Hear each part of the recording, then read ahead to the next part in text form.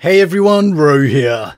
Well, today we reach the semi-finals of our chapter war, our quest to find the strongest Space Marine chapter. Now, yesterday we had some very exciting matchups in our quarter-final, and well, it is time to see who came out the victor. First of all, we had the Ultramarines facing the Flesh Tearers. And this was actually our closest vote yet, with the Ultramarines winning with around 59% of the vote. So the Flesh Tearers most definitely gave them a run for their money. Maybe just the tactical experience of Calgar seeing them through in the final moment. Next up, we had the Salamanders going against the Black Templars. Now, when I checked the polls quickly last night, I couldn't believe my eyes, as the Salamanders had blazed off to an early lead. However, I guess the numbers of the Templars just proved too much in the end, and the Sons of Vulcan finally fell, the Templars roaring back to win with around 70% of the vote. Two crushing victories thus far, sending the Templars into the semi-final. Next, we had the Angels of Death grudge match, as the Blood Angels took on the Dark Angels. In my opinion, the Sons of Lion L. Johnson would just prove to be too much for the Blood Angels. As a largely newly formed chapter, surely there was no way Dante could see them through this encounter. However, you felt the Sons of Sanguinius should never be discounted, and they managed to sneak through with the victory in this brutal contest, with a 60 to 40% split, just 10% in the difference. And so finally, we had the Space Wolves taking on the Imperial Fists. Another one that actually started out very surprising in the early vote. However, the Wolves of Fenris ultimately proved their reputation as the Emperor's executioner, and they came away with a fairly convincing win, with around 69% of the vote. So, our two semi-final matchups are set, as the Ultramarines face the Black Templars, and the Blood Angels will take on the Wolves of Fenris. So, let's just waste no more time and jump straight in, beginning with the Ultramarines taking on the Black Templars. Well, for the first time in this contest, the Ultramarines are facing an uphill battle, at least most certainly numbers-wise. However, maybe of any chapter out there, it's the Ultramarines who are perhaps the best suited for it. While their legion may have been the larger one than their compatriots, their chapter has been limited just the same as everyone else. Yet, as a mere chapter, the Ultramarines have faced down Hive Fleet Behemoth. They took on the full force of the Hive Fleet and won. While it cost them their entire first company, the Ultramarines did what needed to be done. They have slain a far larger foe before. Who's to say they could not again? If any Codex chapter is up to the task, then surely it is the Ultramarines. And in thinking on what advantages the Ultramarines may have over the Templars, I really was drawn to one certainty: Tigurius. Not necessarily just the Chief Librarian himself, but the chapter librarius as a whole. The Templars, as we know, abhor psychers, refusing to have any within their chapter. This gives a decided advantage to the Ultramarines in this regard. Not only their formidable force and talents on the battlefield, but also the often overlooked asset of their foresight, their ability to predict. While Librarian's predictions of the future is no natural talent of Curse or Sanguinius, it is still a useful tool, and one that Calgar has used many times in the past. With such a psyker as Tigurius within the Ultramarines ranks, who has been able to successfully predict the hive mind itself, I'd feel pretty comfortable in his abilities, just as Calgar does. Now, in speaking of Marneus Calgar, I'd probably give him the advantage over Helbrecht in tactical terms, whereas maybe Helbrecht would get the nod as a warrior. I think the best quality that Calgar would bring is once again his calm and calculated mind, as opposed to the fervent zeal of the Black Templars. Whereas Helbrecht may get carried away in the nature and midst of the charge, I'd feel fairly comfortable in saying Marneus Calgar would always be aware of the larger picture. If he had to retreat in the heat of the moment, I'd feel comfortable in saying he would. Now, the wild card of the Ultramarines, I feel, would be Captain Sicarius. He's almost more akin to a Templar in nature, at least in his method of war.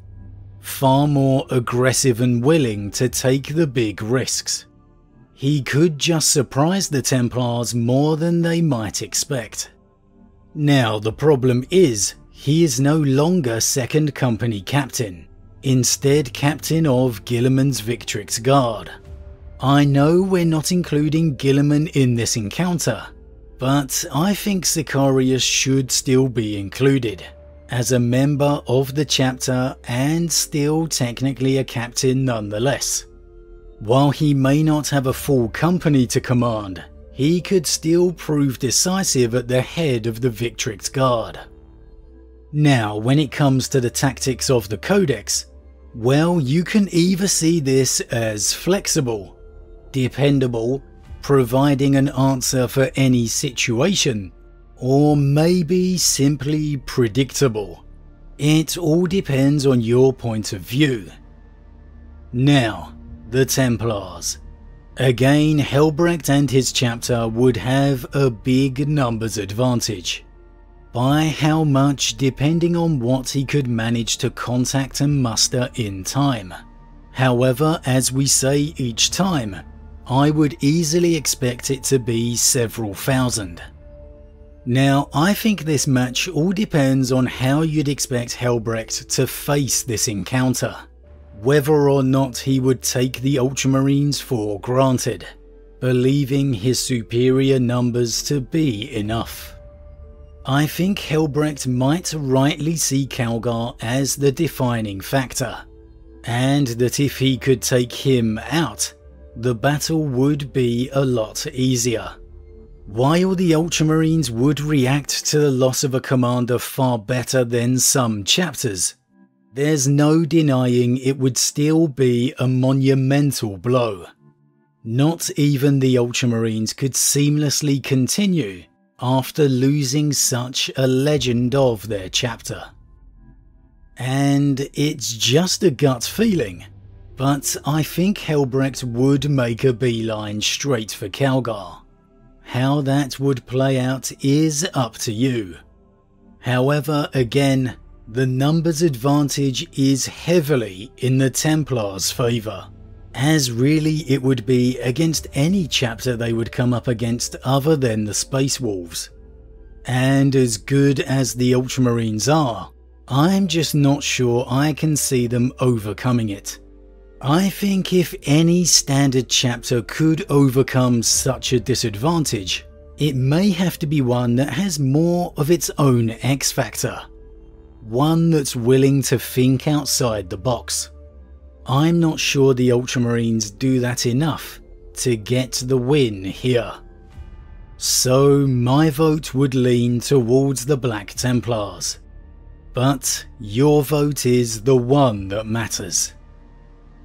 Moving on to our second semi-final, and an absolute clash of the Titans. The Blood Angels going up against the Space Wolves. Now both of these chapters have had a tough road in getting to the semi-final. The Blood Angels going against the Minotaurs chapter, and then the mighty Dark Angels. While I didn't feel they'd get the win there, you all felt otherwise, and so Dante's crusade continued. The Wolves of Fenris have had to battle through two fellow first founding chapters, in the White Scars and Imperial Fists, but so too have the Emperor's executioners continued their path of destruction. Leman Russ would be proud. The conflict between these two chapters would be an absolute frenzy, with both chapters preferring the taste of close combat. So, how would either of these factions win? Well, let's begin with the Blood Angels. If there's any chapter out there who can match, or even beat the Space Wolves in combat, well, you'd have to give it to the Sons of Sanguinius. Their rage while their darkest curse is also in a strange way their greatest strength. It's a careful balance they must always strike, harnessing their rage to elevate their skill, but also ensuring they do not lose themselves completely. While the Space Wolves are used to having the advantage in close combat, that's not necessarily a factor they can enjoy here. As is usually the case, Dante would take the advantage in the tactical experience stakes. How much though against a commander such as Grimnar is debatable, but much like Azrael before him, you do have to give the nod to Dante. Another area the Blood Angels would have a greater strength is perhaps not one we've focused on enough over the previous two encounters, and that is Mephiston. The Lord of Death is an absolute powerhouse. While the Stormcaller and the rest of the Space Wolf Rune Priests harness the spirit of Fenris, avoiding the dangers that Mephiston must face, there isn't one of them who could face Mephiston alone and triumph. It would take a collective effort to contain his power. We know the advantages of numbers goes to the Space Wolves, so Dante would not have the luxury of defensive tactics. In a war of attrition, there would be only one winner. So he'd have to play to his strength, decide on his targets, and strike fast. An appearance from the Sanguinor wouldn't go amiss either, as his prowess would be sorely needed. And he's a wild card we haven't mentioned yet either for the Blood Angels, a figurative symbol of the angel himself. A devastating prospect to encounter. Again, much like the Templars earlier, if the Angels could take out Grimnar, perhaps that could sow enough confusion within the Wolves' ranks for the Angels to take advantage of. Maybe take out a figure such as Bjorn the Fell-Handed, undoubtedly the spiritual soul of the chapter. Though admittedly you'd be taking a gamble, it wouldn't just incense the Wolves of Fenris instead. But the Blood Angels would have to gamble. Dante would have to gamble. In his wounded state, he would be no match for Grimnar over a protracted encounter. But in a blaze of fury, in a moment's skirmish amid the chaos of battle, you can never ever count out Dante, no matter who or what the odds. Where Dante perhaps could enjoy an advantage of numbers is in his building of Fleet Nihilus. The Space Wolves fleet is hard to judge on size. While they are far larger than any other chapter marine-wise, and you'd expect them to have an appropriately larger fleet as well, the reality is we simply don't know its exact size. So while it is a bit of a guess, there is a chance Dante would have the advantage in the void. So maybe attempting to disperse the Space Wolves fleet before engaging in a surprise boarding action to face Grimnar would be his preferred tactic. It's quite an interesting one to try and figure out how Dante would go about this one, as for the first time, he is severely outnumbered. Now for the Space Wolves. Well, I don't think they'd have to do anything as drastic. For me, a lot of the Space Wolves' advantages are actually very good matches for the Blood Angels, with the Blood Angels most likely numbering a little less than 1,000 codex limit. The Space Wolves enjoy a huge advantage in numbers, most likely easily over double the Blood Angels' side, and so Grimnar really just has to play to this strength. That's a tough ask for any chapter to overcome. And while the Blood Angels are used to the advantage in close combat against their foes, it most certainly wouldn't be anywhere near as profound against the Sons of Russ, if any advantage at all, which really blunts the main advantage the Blood Angels are always used to. There's also the element of Mephiston. While, as I said, he would most certainly be the most powerful Psyker upon the field, the Space Wolves are the anti-Psyker chapter. It was a big part of their Primarch and Legion's nature, to fulfill their role as the Emperor's executioners. The Hounds of Morkai would surely be dispatched entirely, with their focus on negating Mephiston. They may not win, but they may not necessarily have to. Simply containing his power for the majority of the battle would be enough. The tactics of both chapters would largely be the same, both preferring to go for the throat. And this would surely all come down to Dante versus Grimnar. Yes, the popular vote will go for Dante. What can I say, I love the guy too. But until he crosses the Rubicon, he's only going to struggle more. Grimnar is the Great Wolf for a reason. This guy decapitated a Grey Knight Grand Master before he could even blink. He's not someone Dante wants to tangle with in his current situation. He may have wanted to think twice, even if he wasn't wounded. As always, yes, I am biased. As much as I love the Blood Angels, I of course lean towards the Wolves.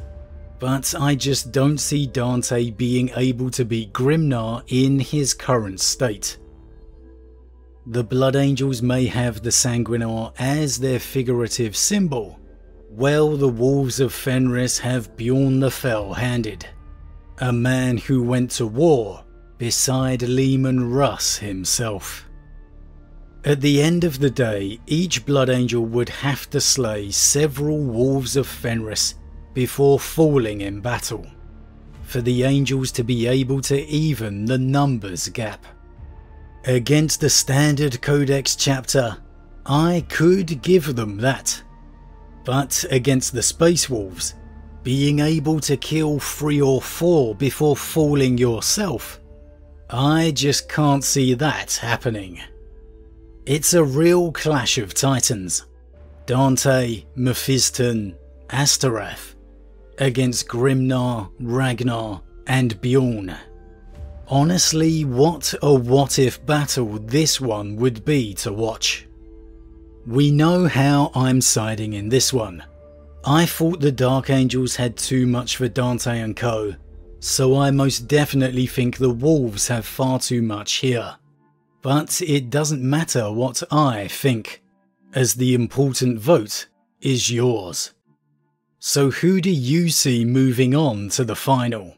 Can the Blood Angels defy the numbers?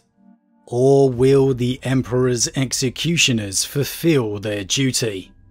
As always, I will have a link to the poll in the description, and it will be on my Instagram, Wolf Lord Rho. Make sure to cast your vote, as tomorrow we move on to the final two. As always, huge thank you to all my subscribers. Your support truly means a lot to me, it really does. If you're new, please consider subscribing to help the channel grow. And if you enjoyed this particular vid, then why not drop a like on it too. But with that said, I am off, and I'll see you all again real soon.